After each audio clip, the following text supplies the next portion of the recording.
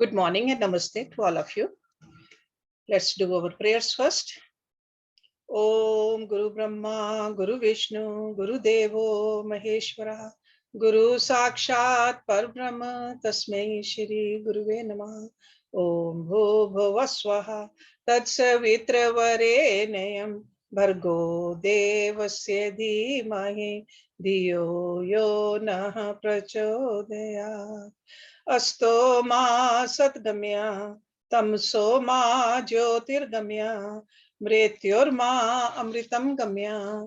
Om sehna vavatu, sehna bhunaktu, sehviryam karvavahi, tejasvi navadhitamastu, ma vidvishavahi.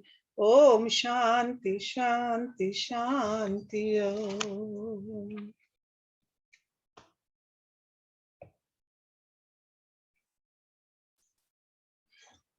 We are all familiar with the emotions.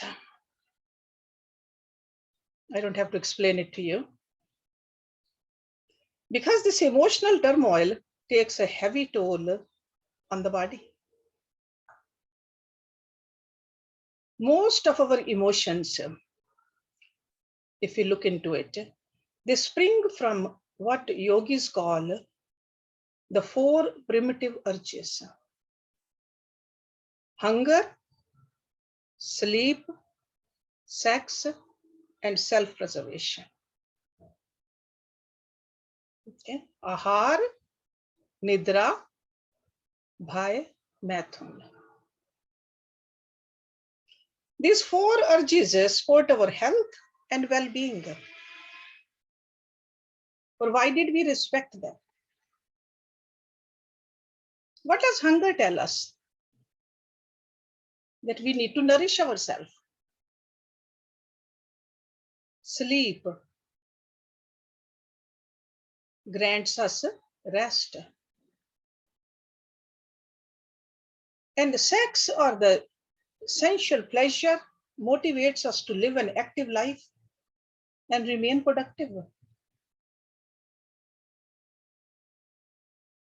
And self-preservation, or fear from death, prevents us from involving ourselves in the activities which can threaten our survival. So, ahar, nidra, bhaya, maithun. All living beings, humans as well as non-human, they are governed and guided by these four urges. Unlike other creatures, the creatures we call them less intelligent or lack of free will they have, we say they are less evolved. But us human beings, we have the ability to refine, modify, discipline, or suppress these basic urges. The limited free will given to the other creatures,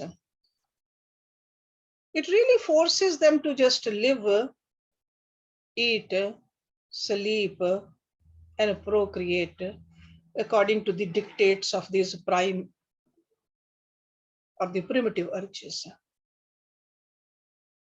But in contrast to that, our greater freedom of will and even very highly evolved intelligence gives us the ability to meet our urges on the level we choose. Okay, so we can choose either a sattvic food or rajasic food or tamasic food. We can choose to sleep intelligently. We can have better relationships. So we have the luxury of distancing ourselves from our natural instincts with the help of the discipline and restraints, so that our urges don't run wild. Throughout history, for one reason or another, we see that we have chosen to let our urges run wild. In the name of the freedom, sometimes we think we have the freedom to do whatever we want to do without realizing that this freedom is taking us towards the wrong path, our own destruction. As hunger, sleep, sex, and desire for self-preservation are the wellspring of most of our emotions,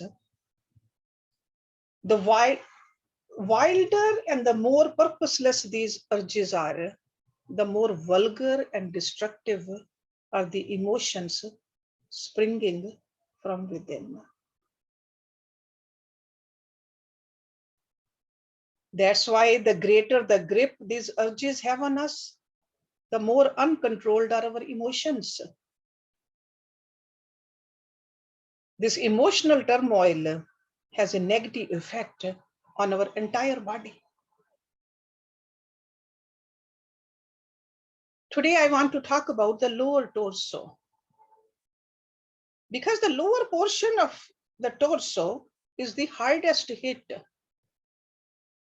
with these emotions. According to yoga, this is where the first three chakras are: the Mooladhara chakra, the Swadhisthana chakra, and the Manipur chakra. They are located in the lower torso. I'm sure most of you are familiar with these terms and the location of these chakras also. So the first chakra, the Mooladhara, is located at the perineum and is the center of stability. This chakra governs the appetites of our hunger and thirsts and regulates the process of elimination. Poor diet, fear, insecurity have a direct bearing on the Mooladhara chakra. So not only the Mooladhara chakra, so poor diet, fear, and insecurity have a direct bearing on the Mooladhara chakra. And also it has an effect on the organs associated with it, principally the colon. The Swadhisthana chakra, the next one, is located in the pelvic region, at the root of the genitals and above the perineum. This chakra is the center of the passion. It governs our sensual cravings and regulates our interest in worldly pleasures. Uncontrolled desires, attachment, anger, hatred, jealousy, and greed disrupt the normal functioning of the organs associated with it, mainly the reproductive organs, the kidneys, and the bladder. So you can see that effect of functioning or the movement of these chakras is so important for our physical well-being and our emotional and the mental well-being also. And the third chakra, the Manipura, located at the navel, is at the center of the digestive fire and governs the digestive process. Guilt, self-hatred, self-condemnation, feelings of unworthiness will drain the energy out of this chakra, leaving us powerless and incapacitated. And what are the organs associated with it?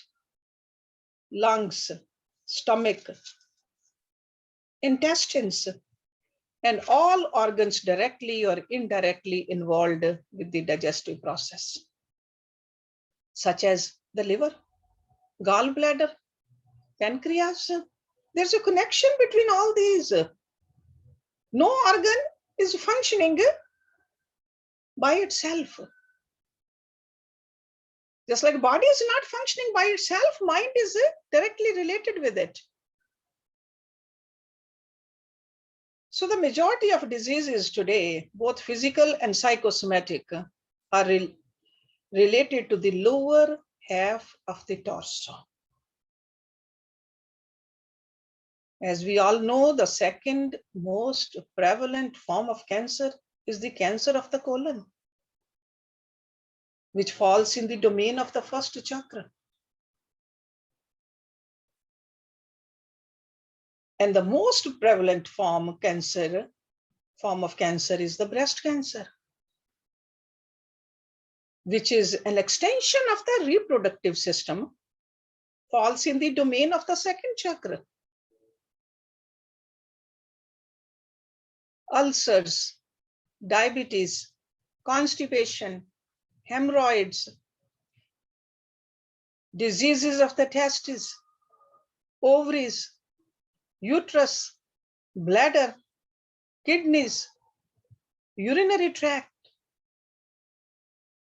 all of which are in the domain of the first three chakras, which are increasingly common today. Yogis talk about it thousands of years ago, how to keep this body healthy. This is a temple we live in. We got to learn how to keep this temple clean, pure. Why? According to the yogis, the cause lies in the mind. When the mind is filled with insatiable desires, what happens? It gives rise to fear, anger, guilt, and a lot of other negative emotions. And all these negative emotions disrupt the healthy functioning of our body and drain our energy. So according to the yogic texts, the obvious solution is to unravel the problem at its root. That's how the yoga finds the solution. Look at the root cause of the problem. And they say, work with your mind. Transform your desires. As long as we have a mind, we will have desires, but transform them. Instead of having selfish desires, have selfless desires. Once we are depleted and exhausted, it's very difficult to summon the willpower, which is necessary to do this. That's why it is best to concentrate on re-energizing the body while we are healthy. Because most of the time we want to tackle with the problem when we are sick. But the yogis, they say, work on it while you're healthy. You can work on the system much better, whether it's a mind or a body or the intellect. A couple of weeks ago, we talked about Yoga Nidra. Yoga Nidra and what I'm going to talk about today, they are deeply connected with each other. We talked about Yoga Nidra, the yogic way of completely relaxing and going into the deeper part of your personality. This is a technique for cleansing the body, relaxing the mind, and this even accelerates the healing and the rejuvenation, the Yoga Nidra. It gives us a better control over our nervous system. restore the natural equilibrium between the body and the mind. So there's a very basic physical equilibrium is sustained once we get into the practice of Yoga Nidra. But the technique which I want to talk about today is called Agnisar. Agnisar is a technique which really helps us in the lower torso to keep all these organs and keep the emotions associated with those organs also. You will see the benefit, because this technique takes us at a very deep level.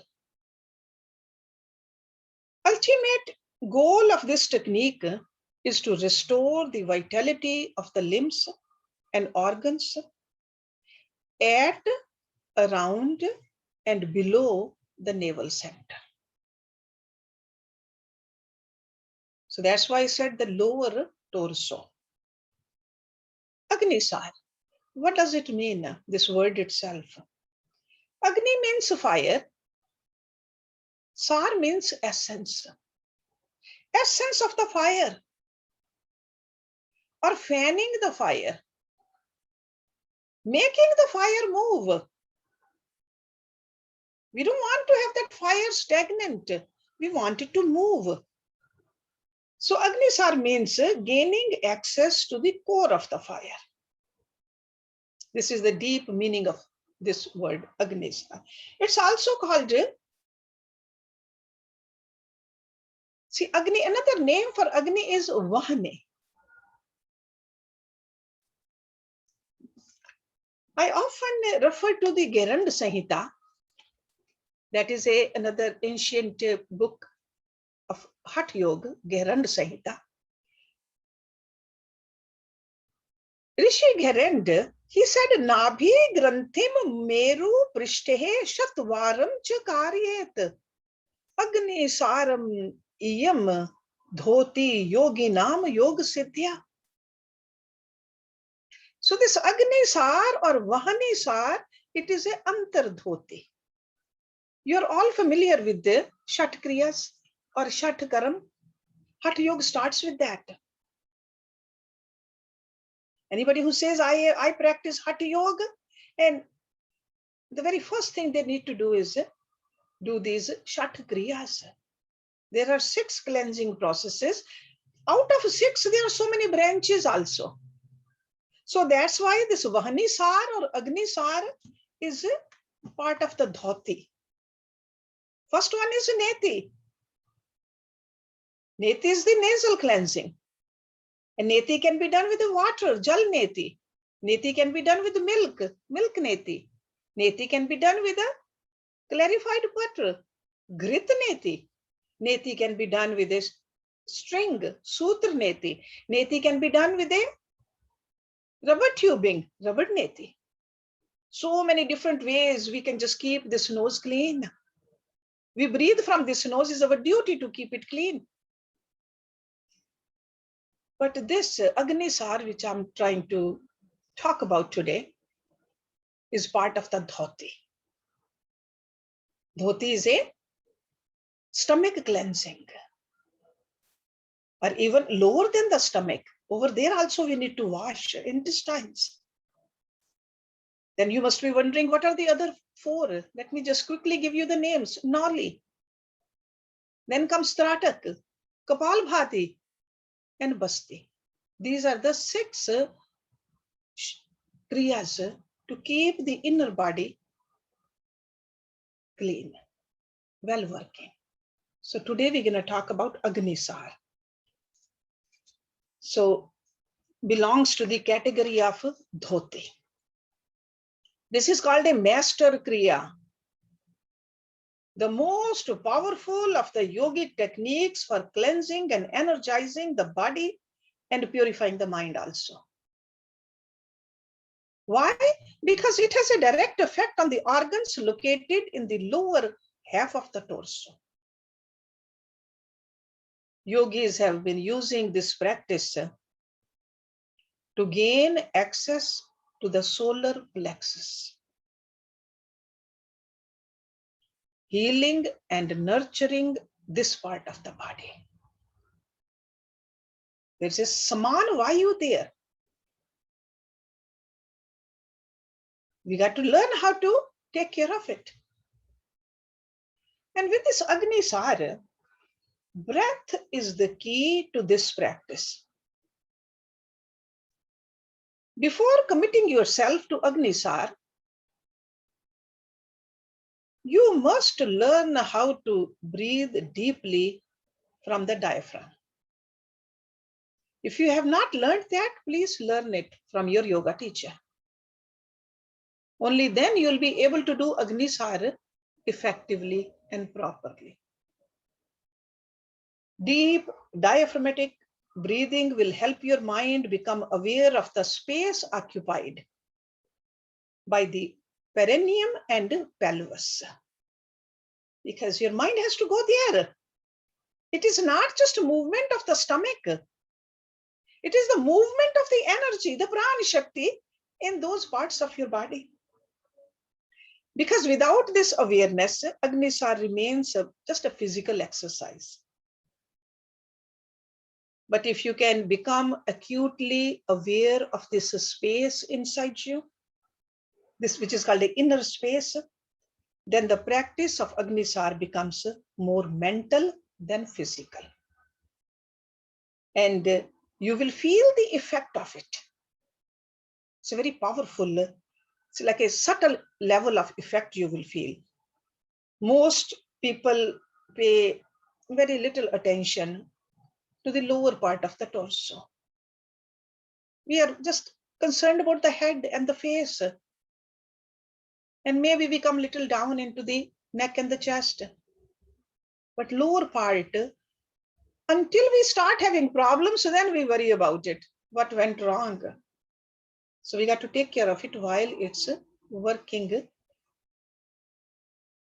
well tuned. So if a person has not paid attention all their life, that it becomes very hard to control these muscles, because you are working with the muscles also, you are working with the prana shakti also there. And that's how it has the direct effect on your mind. Because some people, when they practice Agnisar, they begin to contract their abdominal muscles more, just below the navel center, and contraction up to the rib cage. That's why I have heard this term for Agnisar. They say it's a stomach lift. It's not a stomach lift. That is just only a modern day yoga teachers are calling it.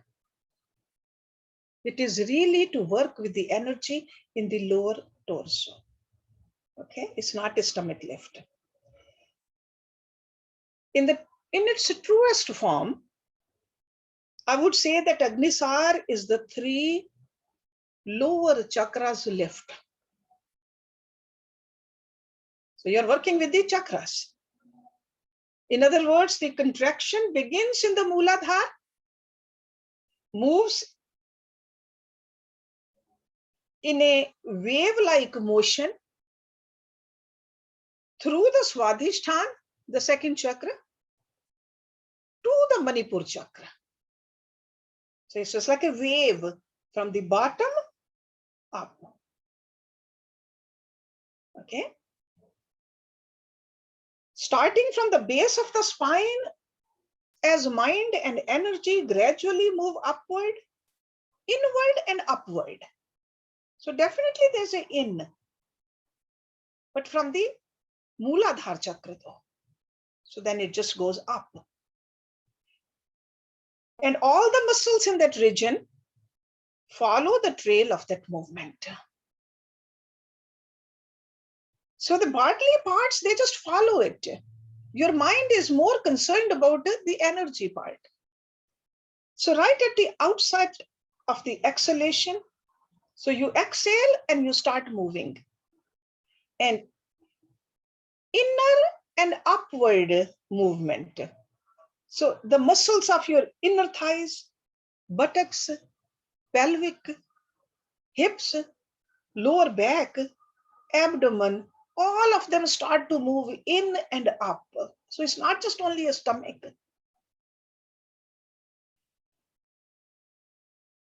It's like towards the spine they are moving, and in the area of the navel. It's just like that kind of a movement.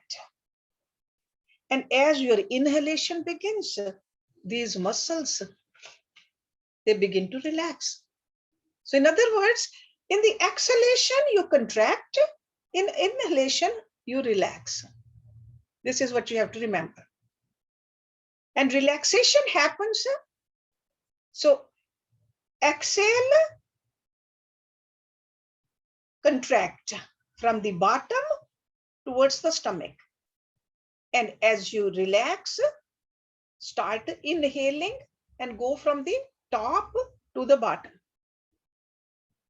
Okay, so exhale, bottom to top, and inhale, top to top down.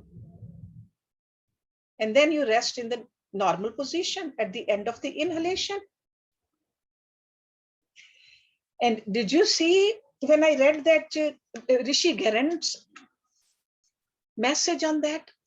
He said, Nabhi Granthi Meru Prishte Shatvaram Chakaryet. Shatvar. That means 100 times. I don't want you to start doing 100 times in the beginning, but at least do 5 times. Then gradually move up. Maybe you don't want to do 100 times because it might be too much. 5, 10 times, definitely do it. This practice is best done in the morning when the stomach, bladder, colon are empty. It is helpful to do some basic postures, some stretchings before doing Agnisar. So that means after doing your cleansings, the neti and other cleansings, do some asanas and then do Agnisar. Because for Agnisar, you don't need water. You are doing it with your pran shakti, with your breathing, with your own muscular strength. So after asanas, do this cleansing. Water cleansings, we do it first. Then we do pranayam, then we do asanas. Then after asanas, do this. Do not do this practice if you have any kind of a hernia, or if you have an uncontrolled high blood pressure, or if you are pregnant or menstruating, or recovering from any kind of a surgery.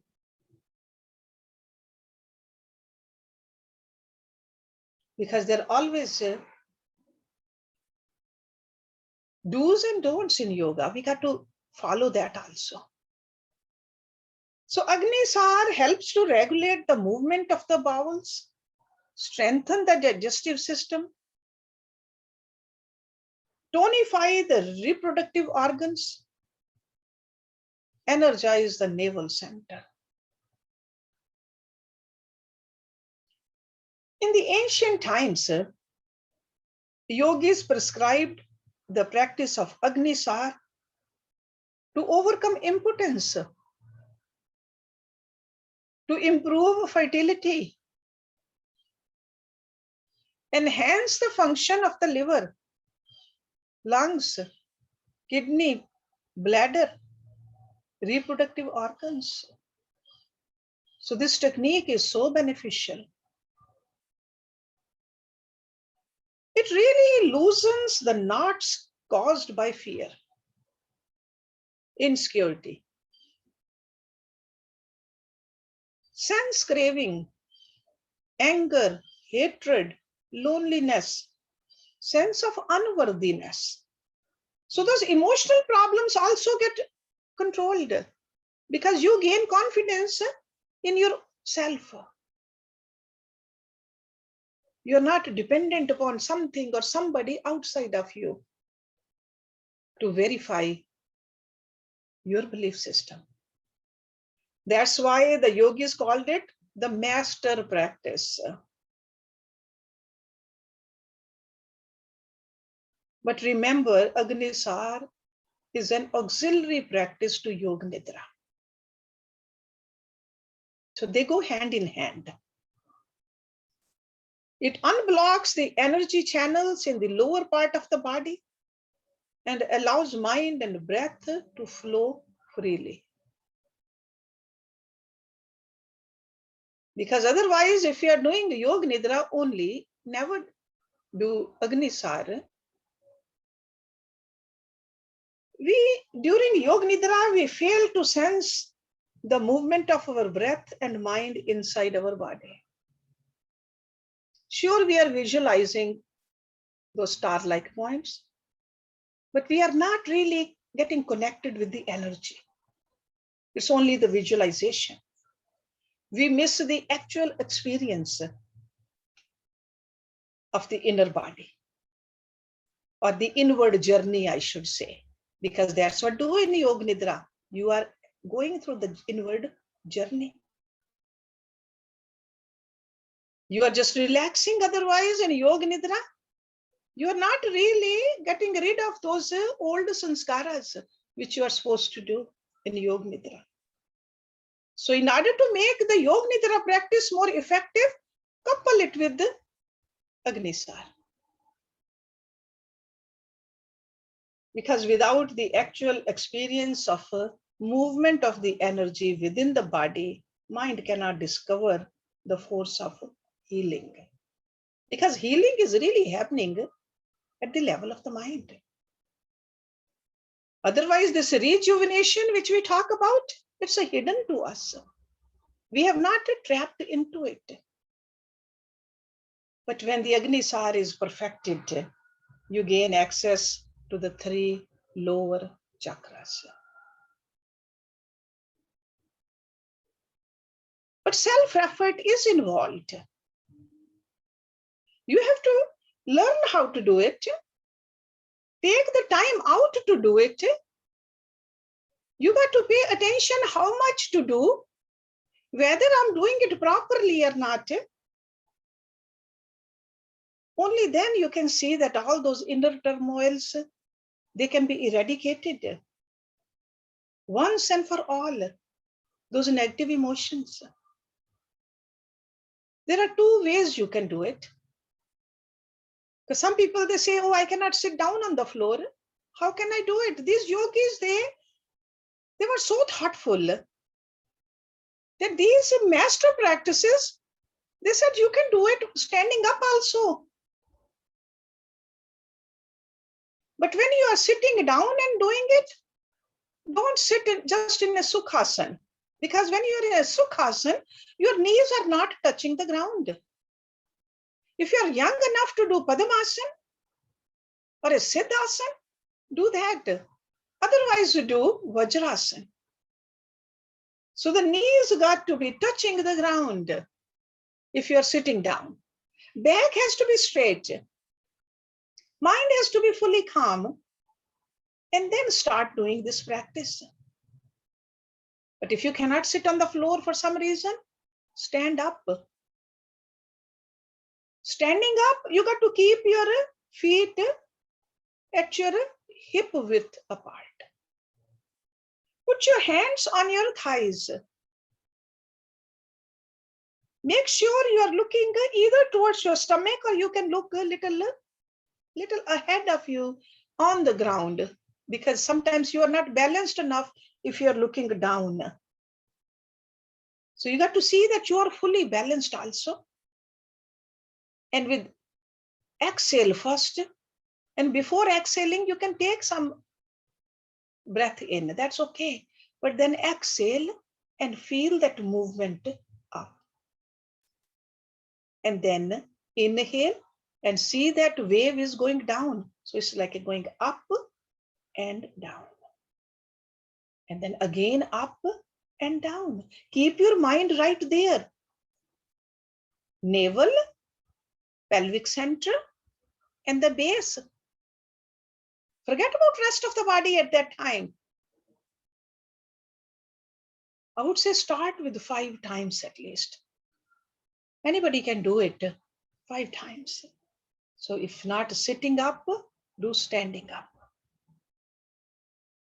So this is I wanted to share with you today. This Agnisar or Vahnisar. You say, don't get confused with it. Vahani also another name for Agni. And it is part of the cleansing. Not the water cleansing. It's the cleansing with the help of the air and the Pran Shakti. And it is definitely a very powerful Kriya which affects our mind, our emotions also. We feel more stable. We feel more in control of our life. So why wouldn't we do it? So easy to do. Okay, so proficiency comes with the practice. Okay, so don't give up.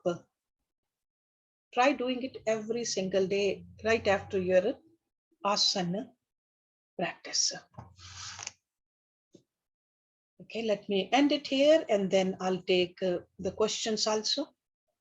So if you did not understand any part of it, I'll go through it again. Om Purnamada Purnamidam Purnat Purnamudachyate Purnasya Purnamadaya Purnameva Vishishyate Om Shanti Shanti Shanti Om.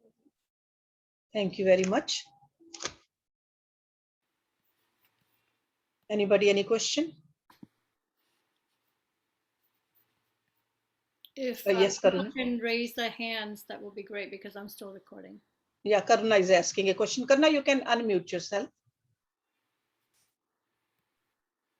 Hersh, I was asking what is the difference between Agnisar and Pranayam? Okay, pranayam, see, Agnisar is a cleansing technique. Pranayam is you systematically inhale and exhale. That is only for the lungs and the heart area.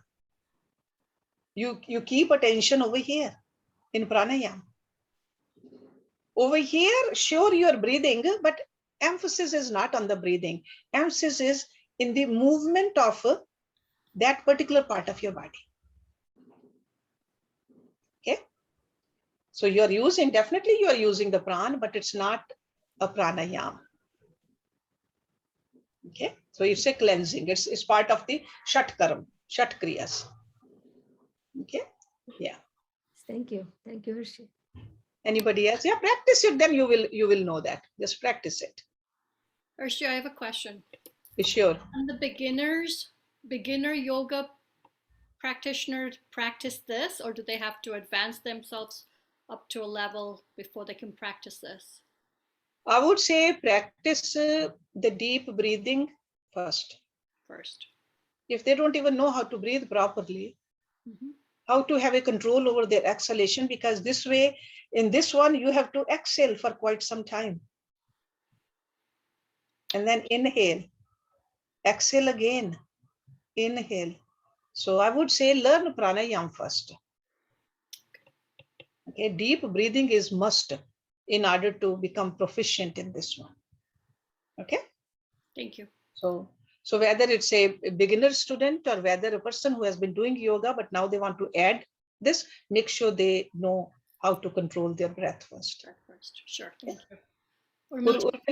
Unmute yourself, please. I have controlled blood pressure, but it's there.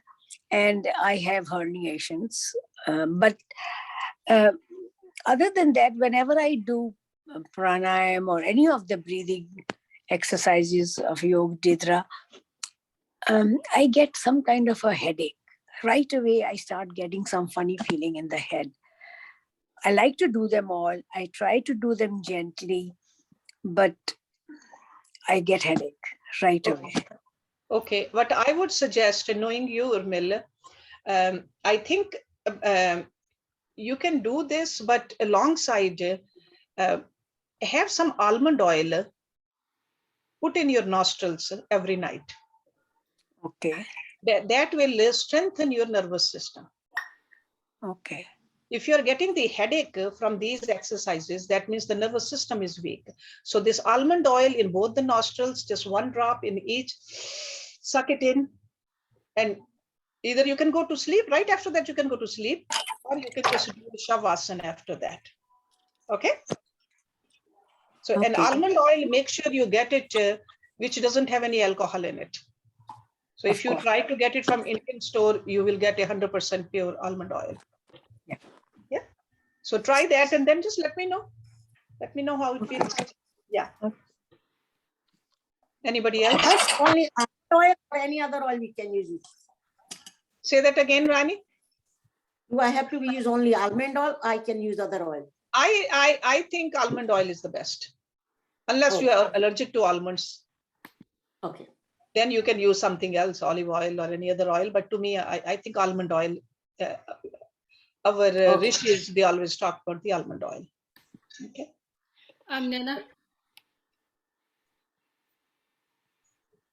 Nena, you had a question? No, it doesn't look like. So tomorrow we are going to start Katha Upanishad. So make sure you bring those books with you.